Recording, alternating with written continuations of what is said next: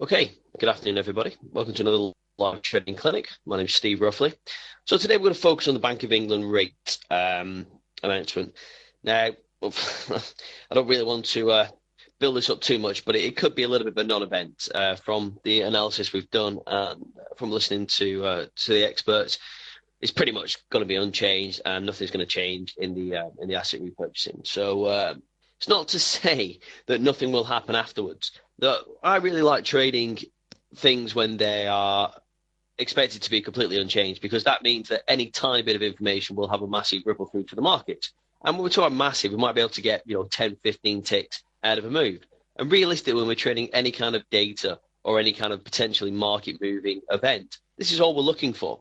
Okay, people love to say that, when we traded on payroll, people made hundreds and hundreds of ticks. But the reality is, when you're a professional trader and when you're trading, for a short-term scalp, you're just looking to get off relatively big size for a relatively short period of time, limiting the exposure and taking good profit. So if I can take 20 ticks out of an on-farm payroll, with a good amount of size, then I'm happy. I don't need to be in the low. I don't need to be in the high. I'm not trading in that way. I'm looking to limit my time in the market, limit my exposure, and use the ability of getting in and out of markets quickly to be able to profit.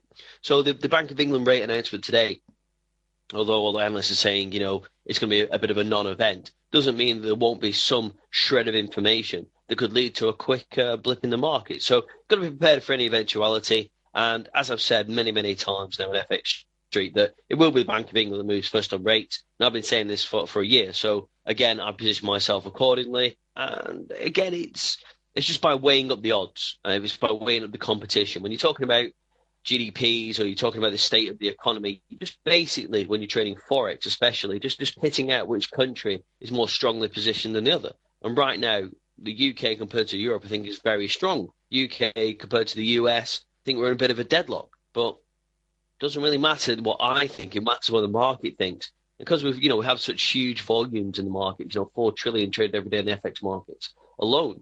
If these little things start to become bigger, people start to put their money, these big institutions, central banks, in, position themselves. So we can, as a little trader, as a small intraday trader, we can make the most of these, kind of like big glacial, slow moving, huge sums of money, and we just get in and out when we can in order to make a small profit. And that's really just what we're trying to do.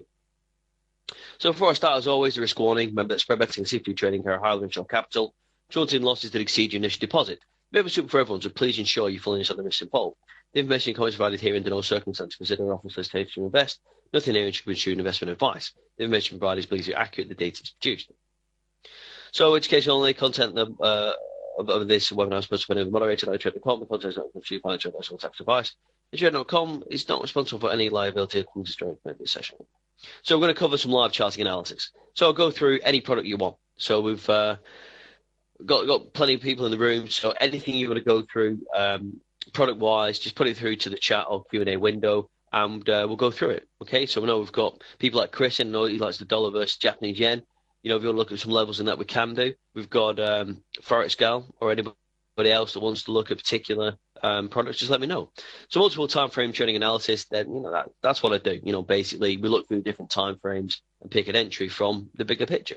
Fundamental analysis is what we're focusing on today, and that's the Bank of England. So we're going to be focusing on the UK markets, so cable, the FTSE. I'm going to keep an eye on gold just because we're at the highs of gold.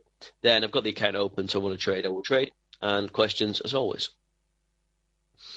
So we're looking at cable here. So we've seen this big spike up, yesterday, and we've held towards the highs. Very, very interesting when you see these kind of formations, because when you see a big body, especially on the hourlies, all you have to do is do the Fibonacci test. Okay, so you go the opposite way of the direction of the candle.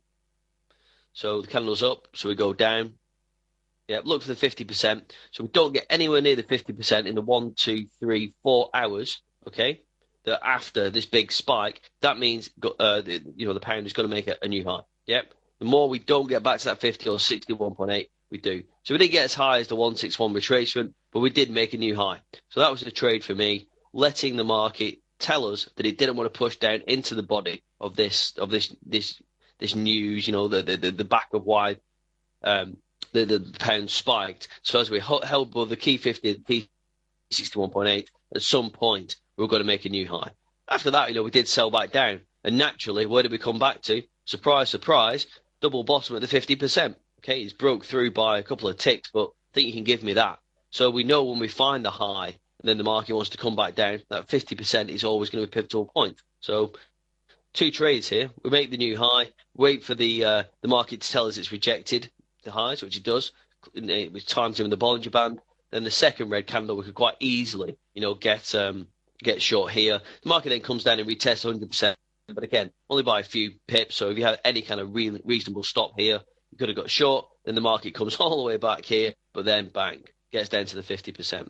So if you're looking for these big moves that happen, okay, that takes 1 hour to get up. Then it takes 1, 2, 3, 4, 5 hours to make a new high. You're going to have to wait 5 hours a minimum before it starts to move down. So 1, 2, 3, 4, 5. Then after that, really, you can get short, and then that's where your trade is.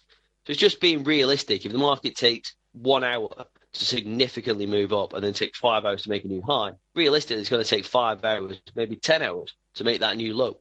Okay, so it's about balancing these things out and balancing what you're trying to achieve. So that's a good example, again, of Fibonacci on the overextended, big moves. So Fibonacci, again, it's a tool you have to be using. FTSE, again, we've seen a lot of people trying to short the FTSE. A lot of people get, again, pushed out. The markets remain fairly strong. No reason behind it. I don't think the world's in any better state. But again, I've learned to stop selling the FTSE. I buy dips, and I don't have to understand the reasons why. I just trade it technically because that's what the market likes. So we could find good support on the 423, this bottom Fibonacci here. So all the market has to do is get back to the 50%. Once it does that, we make some new highs, and we'll break above the 161. But we haven't strongly closed enough, towards the top of the market, so the fibs are still in play. So basically, we close below the 50%, 6647 spot 30. Then we get back to the 423. We break that. We're back to the weeklies. So I still think that there's room on the downside of the FTSE. I think there's a massive gap in the S&P today. So when we open up, I think the market's going to push lower. So I think the FTSE is going to get dragged down. So all these levels, these green levels, for me, are targets. Don't think we get down to the 6,550.5 today, but hey, you never know. Gold towards the highs again, very, very strong in gold. Again, there's a bit more worries in the world. Again, we're not seeing this recovery we thought. We've got the problems with the Crimea and Russia, so that just brings a bit of a bid back into gold. Any kind of world fear or people, when they're worrying to put the money where it's safe, that'll push the gold price up. So we're above the 50% in the fibs. We're closing above perfectly the 161 extension. So for me, realistically, we've got another push higher. So 1332 from memory is a good level, and 1345. So I think it's down for the stocks and up for gold. That's my kind of call. Okay, got 7 minutes for the data, but remember, not a great deal being expected today. There's been dovish tones coming out of the Fed, and that's put a bid back into the euro and the pound. So jobless claims expected later today. We're expecting a fall from 314 previously. Not expecting any change from the 0.5% base rate of Bank of England today. The asset purchase of 375 billion. Expected no cut. So HSBC, I was just basically, not that I'm particularly interested in what HSBC, but they just kind of summed it up quite nicely. 7% is the unemployment rate. It's not looking to drop rapidly. So realistically, until that does, Mark Carney's not going to be forced into raising rates. We all know that people, I think the figure is 6 million people are overextended on debt. A lot of people have got their, mortgage requirements, etc., etc., etc. So if the interest rates, finally, when they have to go up, because they will go up, when they do, people are going to feel the pain. But it seems like Mark Carney's just stalling as always. He's not done anything great since he's been in office. It's been a bit of a letdown for me. But realistically, he's not going to do anything until he's forced into it. So that's where we stand right now. So somebody would just want, you don't understand the reason for the gold up. Can I have it again?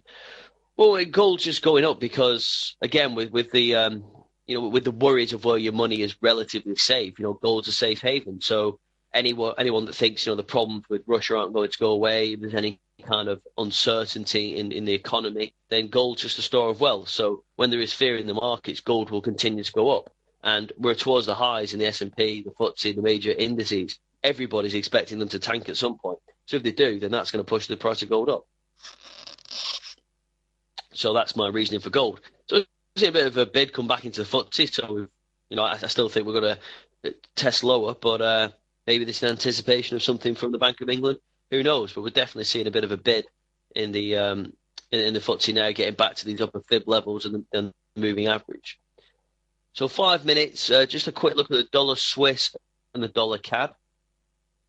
Okay, dollar Swiss.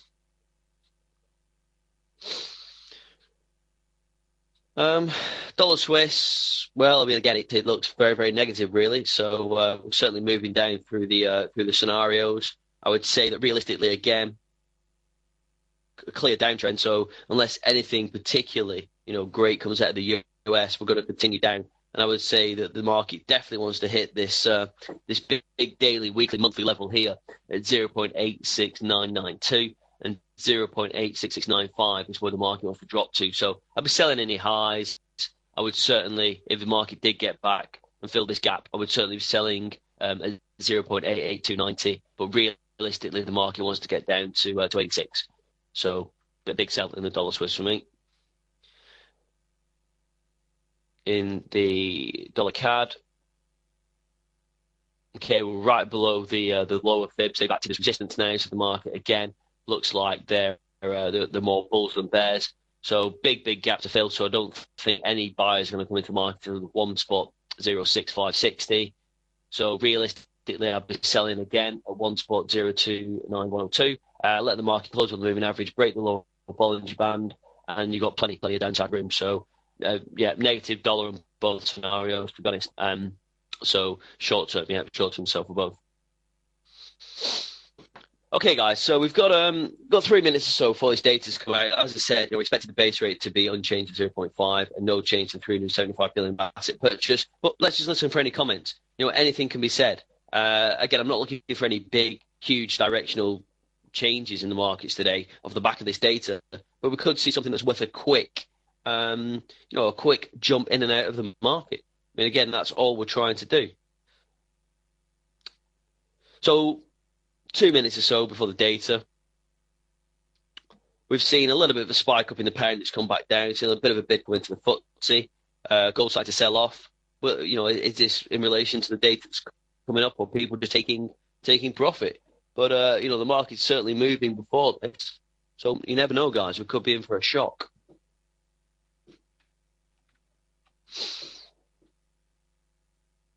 Okay, so just 2 minutes now, guys. So I think probably I'll keep an eye more on gold than anything else. Okay, it's just a minute now. So gold's looking to get down to that lower pivot. Unchanged. So let's listen for the comments. No change to the asset purchase. Okay, nothing really coming through of any interest to us, guys.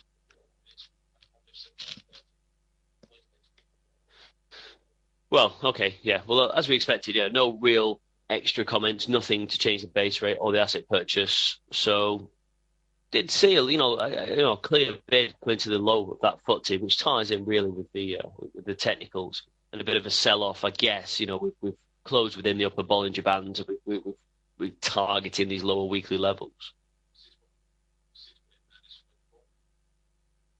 So, okay, nothing really coming out of the Bank of England now. Bit of a non-event there, guys. But something is going to happen, that is for sure. Hi, Forest Scout. Good to see you. Well, gold's up really just because of the general fear within the markets, just with the general situation with Russia, with the Crimea, and just any kind of uncertainty. I mean, again, I speak to different kind of clients on a daily basis, and a lot of people, are looking to short the highs in the indices and getting squeezed out and getting pushed out. And it's that they're asking why the indices are so high, because, realistically, there's a lot of bad news still in the economy, and we're certainly not hitting the targets for growth or really up for employment that sustains a successful, country or economy. And my reasoning is I don't know. I don't know why the stock markets keep going up. but I've learned to stop selling them, that's for sure. So what I'm doing realistically now is just picking the bottoms in the stock market, and if they go up, then just go with the technicals. If you don't have the right kind of view of the markets, you're not doing that 80-20 balancing act, then you need to just concentrate more on the technicals and just take the fundamentals out. And the fundamental fear, the fundamental overpricing is not pushing the markets down. Then you're going to have to buy them. And it's like, I was writing a piece before on Just Eat. Just Eat is basically a super affiliate. It basically is all the takeaways in one place. That's not hardly genius, is it? No, it's hardly a genius, unique product. And that was floated, and 1.46 billion was the cap. Just absolutely pointless. It just makes no sense. WhatsApp 16 billion. Anything to do with social media just seems to be massively overinflated in its price. And will it burst? Will there be a bubble? Of course there will. Of course there will. What goes up will come down. It's just absolutely the nature of the beast. People just think social media is the way forward and the next big thing. And it is the big thing. We can't deny that. But it's not the big thing. What will happen? You're getting generations now of teenagers and young people who think it's geeky to be on Facebook. Facebook's for your mum or dad. Well, we're an aging population, so we get bored of Facebook. Then where's the new users going to come from? How is it going to continue this rapid growth? They're talking about, giving computers to people in Africa. What are people in Africa going to talk about on Facebook? Weather's not so good today. It's just absolutely pointless. It's just the whole thing's mad. But for me, again, jump on the social media bandwagon, and while things are going up in value, buy them. But when they hit the top, they're going to stop and they're going to reverse so hard that, they're going to be out of the game. So, yeah, gold, again, not really kind of a great deal to say apart from, we found some support on these pivots and we don't get back to these key fib levels, especially the 50%, then gold's going to make new highs. Seem fairly strong right now in the FTSE, but I don't know, I think that might be short-lived. All the gains we made, just before the Bank of England announcement, we're retracing now, the pound's now weakening against the dollar. So I'd say that the lower levels are certainly 1.676 and 1.67288 down the bottom. But again, I'd like to see that. I'd like to see that the pound get to these low levels, because I'm still happy to buy it. I'm happy to buy the dips in the pound. I think with the situation in the UK, there's still more positives than negatives. So I'll be happy to buy any significant quick dips. Okay, so some more questions coming through. So gold down. Well, I mean, gold. Let's look at the dailies. Let's look at the higher time frames. What's gold trying to do? Yeah, gold's trying to get back up. Yeah, to retrace some of these losses. How do we know it does that? Our old friend Fibonacci. So it's looking to get to the 50%, which ties in with the 1322, which is historically a good level. So we've had a chance to retrace, bought them back up. Had a chance to retrace, bought back up. So there's more bulls than bears in the minute for gold. And gold's got the target of that. So for me, realistically, I'm buying the dips. I wouldn't be selling gold, even though I'm a big overall seller. In this scenario, I wouldn't sell gold until we've gone up another 122 ticks. Yeah, and then I'd sell around the 50%. So again, everyone that's going to get short gold, because we've seen 3 green days, and the gold should be bearish because it's sold off. Everybody's going to get stuck because the market's going to push up to the 50%, then maybe a bit higher, and then come down. Okay, if it doesn't and hits the 50% and closes above it, then we make new highs, which will be back to here. So gold's going to get back to the 1400 mark. But it depends if you're trading the technical or the fundamentals. If you think there's enough fear in the markets to push gold up, then gold will go up. If you don't think there's enough fear in the market to push gold up, gold will come down. Okay, so we cycle through the different time frames, and it look, again, we're just mid-range in the weeklies. So we're still fairly bullish on the weeklies, to be honest. Monthlies, different scenario. We're just at the bottom of this range, so put fairly negative. So it depends what your time view is and what you're trying to achieve. Personally, again, I'd look on the dailies, because that's where I'd start. That if we push and hold above in the dailies, the 38.2, then the 50% is the only where we're going to go to. So I'm not going to be selling it into that space. Why would I? I buy into that space, if anything, but I'm an overall bull. So what I'd rather do is wait for it to get up to the 50% or 1322 and then sell it. So right now, for me, I don't want to buy it, even though I've got a good chance of it going up. I'd rather sell it and then let it come down. But that's just the way I trade. So on the hourlies, you put that back into your scenario, and there we go. The more we hold above these red fib lines, which indicate we should be going down, means we should be going up. So we target these short-term pivots here, then we break the upper end of the Bollinger Band. We've got our targets 1332 and the 50%. So there we go. That's how you do it. Anything else you'd like to go through, guys? Anything else you'd like to? Any individual products? Anything you're struggling with? Again, just seeing the pound weakening against the dollar here. So once it hits these lows here, there's nothing really to stop until 167.450. So what again, once it gets past these lows, we know that's a 50%. So rather than see a good strong bounce, the market go higher, or it's going to crash through and retrace all of this up move here. So again, that's understanding why things like the Fibonacci and things like the I'll just show you again. So this is an up candle, it goes the opposite direction. So yeah, 50% again, that is the target for the market. So it breaks through the 38.2 is in target with the short-term pivot, and the 23.6 not a million miles away from this monthly level. Then the lows, tie in with the the 43. So all these things, the market has a memory. So this happened, back, on the 9th, yesterday, kind of morning, and we've seen all this kind of trading action. But that scenario, that candle, still has massive significance in the next 20 hours of trading. So when we do make the new high, we then break below the high here and close below it, the market then looks to target back to the 50. Bounce off the 50, didn't make a new high. So market then looks to retest the 50, then make new lows to tie back in with this up move. Then once we break through that, then maybe we get to these other daily levels down here. So it's understanding that the market has a memory, and a big event or a big piece of trading data that pushes the market significantly up will have a ripple through in the market, for the next significant time period. So we're looking at the hours. So it's gone up. Market's moved 60, 5 ticks in one hour, and then it struggled to make another 20 ticks, in the next kind of 6 hours. Then you're gonna have to be patient and let it come all the way down. Another 10 hours of trading, 15 hours of trading, and again, let the market tell you what it wants to do. But once it hits its 50%, it's either going to bounce, go back up, or it's going to break through and hit the lower fibs. It can't do anything else.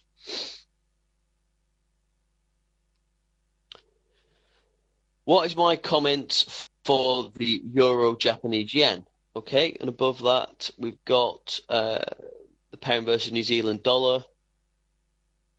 Okay, all right, well, let's go through them. Pound versus the New Zealand dollar. I think we've gone through this before on previous sessions.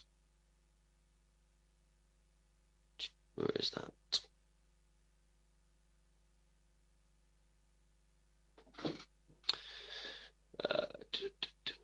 Okay, and what was the other one? Euro Japanese yen.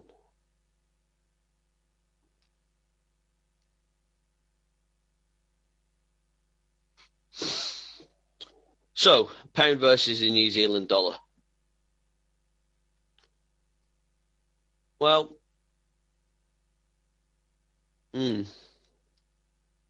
we're clearly, there's a lot of indecision in this market. You see a lot of tails. You see, very few kind of solid bodies that continue in a direction. So when we get to the tops, we don't hold on to them. We get to the bottoms, we don't hold on to them. But realistically, we're still trading off the Bollinger Bands and moving averages. So I would say that realistically, it looks like we've bottomed out.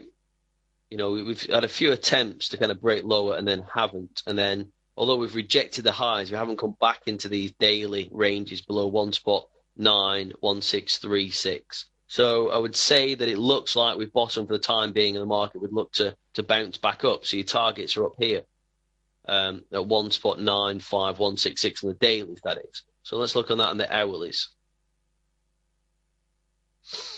Well, on the hourlies, you've seen that bounce, a lot more clearly. We've got 4 green candles. So the test here, I would say, for the pound against New Zealand dollars, and it needs to close above the moving average. Then we need to hit this 1.93633 level, because that's the lower fib. And if we break above that, then we certainly can get back to the 50%. So we could see, that bull momentum continue.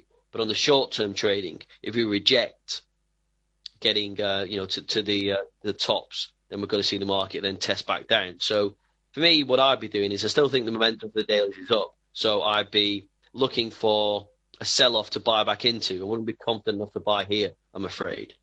But what you're looking for the market to do realistically is to the bottom Bollinger Bands and the hours to have held any kind of profit taking to hold above the moving average. Then you've got the target of the upper Bollinger Band and this one spot 93633 level. So yes, I mean I think it's going to go up. So how does that tie in with what you think let us trade? Do you think it's going to go up or down? I think short term, obviously we're going to see a red candle at some point, but if that doesn't dig back into these 4 hours of bid movement, then we're going to make a new high and target this one spot 93633 level. Yes, no problem at all. So the euro versus Japanese yen. So nice kind of up move. Get to these great Fibonacci sequences up to the 50%. Okay, doji. Okay, can't make a new high, indecision. Then target the 50%, bang, down to the 161, down to the 261, and then all the way down to the 423. I mean, that is perfect Fibonacci trade. So again, try to go up where we next found resistance. Okay, the next fib level. Obviously, we've come back down. We couldn't close the 423. So that means now, realistically, we're going to try and target the fib levels from the upside now. So we haven't closed and made significant loads back into this range. So I would say that if we hold above the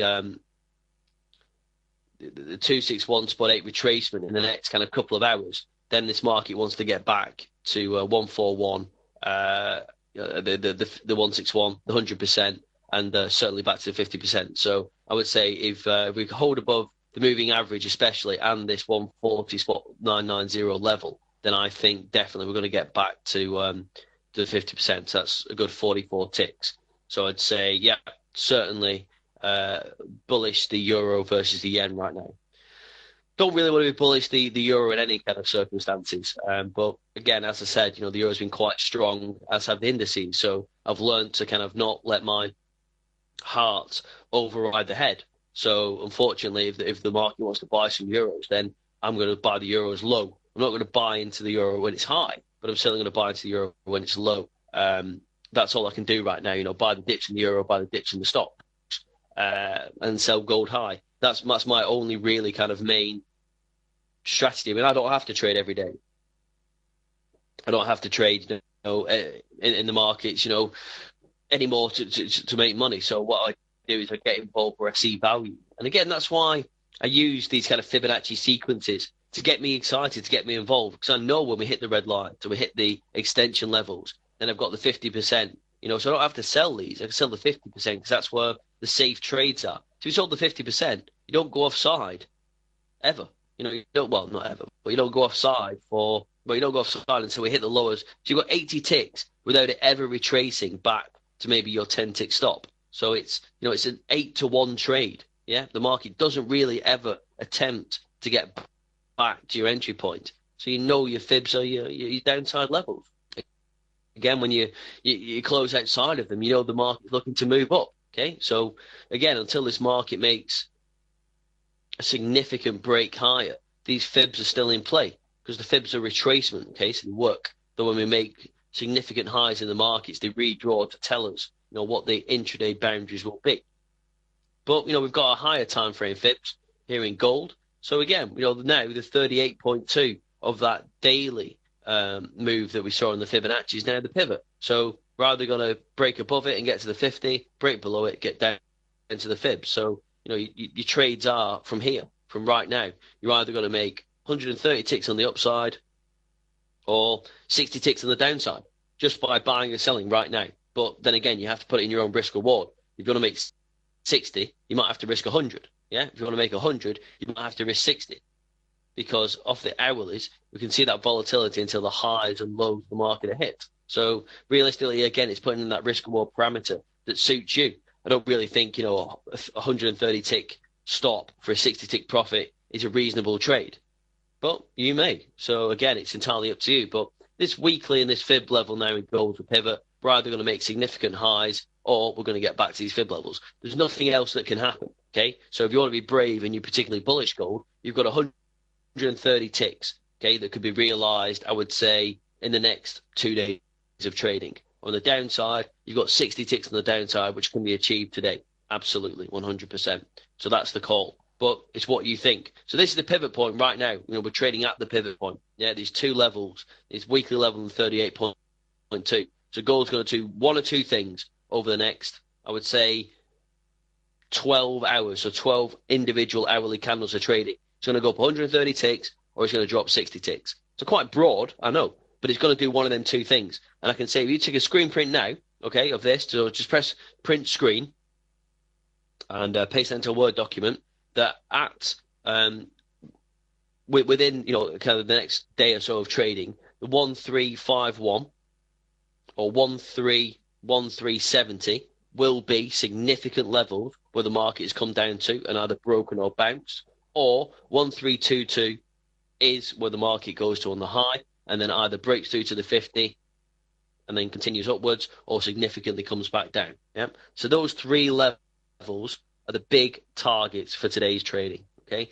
we're either going to go up 100 ticks or down 60 ticks. Okay, the market can't do anything else. So you have your 50% dotted line as possible sell line, making a lower high usually.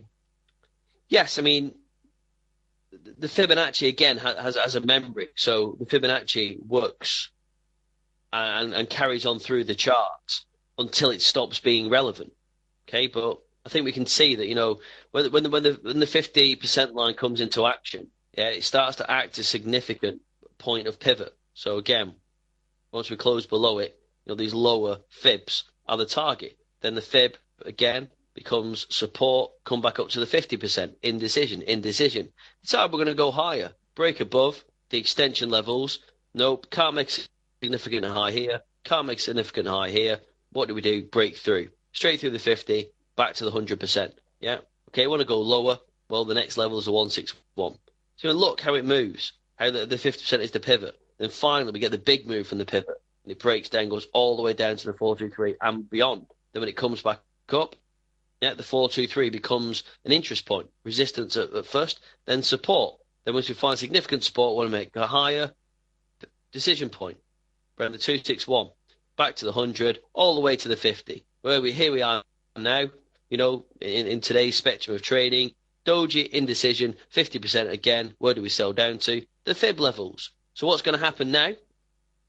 As I keep saying, yeah, the market's either going to find support on the 236 and get back to the 50% and look to dig back into this whole range up here, or we're going to start running out of momentum, target the 423, and then finally break these lows here. Excuse me. Break these lows here, and then there's nothing on the charts until 136. So for me, the overall trend is down. So if we don't start getting back and using these fib levels, then we're going to see a massive sell-off in the euro versus Japanese yen. So short term, as I say, the trade is probably, a bit of a bid. It's probably buying back to this 50%. But what I'd be looking for is the market to get back to 50%, break up, load of indecisions around here, then what goes up will come down. So we'll break through all the fibs again, break these lows and make new lows. Because every time we significantly get back high, market comes down, consistently making lower highs. So I don't think that, the 50% is going to be key, because if we don't make a higher high, that 50% here will be a lower low, a lower high. So I'll be looking then to sell that 50% down for a big, big move. So you can buy the short-term dip, or for me, the longer-term trade, we let the market extend up here and then sell to all the levels and finally break and bang, a big, big move down. Anything else, guys? Any other thoughts? Any other questions? I mean, again, it's always interesting going through, the charts and the hourlies, because, that's intraday trading. That's what professional traders look at. They look at the hourly charts because it's enough information to build a decision on, and it's controllable enough to not get carried away. So for me, the hourlies are the best time frame to run the majority of your Bollinger Band, your RSI. And again, just look at this kind of scenario. So again, the RSI in the euro yen is telling us that we're at the low in the D mark. Okay, so we're either yeah, going to break through this bull reversal and massively sell off, yeah, and or we're gonna go back up towards the bear reversal. So for me, it still looks quite negative because we're dancing around in the 50%. Okay, so it looks like massively overbought, come back down, can't get back to the overbought. So there's more bears than bulls. Looks like we're going to dip back down to the oversold. So the market should come down. So as I said, if we do see any spikes upwards, I won't be buying into them, but also wouldn't be surprised if we spike upwards. But what I would do is use these spikes to get short. I would certainly not buy into this market. I'd be much happier to sell. Because if the D market was going to get up by now to the 50%, I think it'd have done it. So it looks like we're going to test this bull reversal and push all the longs out of the market and smash down. So for me, I would love for the market to quickly, in the next kind of couple of hours, to spike up to 14150, 141,616. I'd be happy holding a short there for a couple of days because I know the market is already testing these fibs, the lower high, breakthrough. And as I say, no real kind of, major support until much lower in the charts. So any other products, guys? The Aussie US dollar. Aussie US dollar.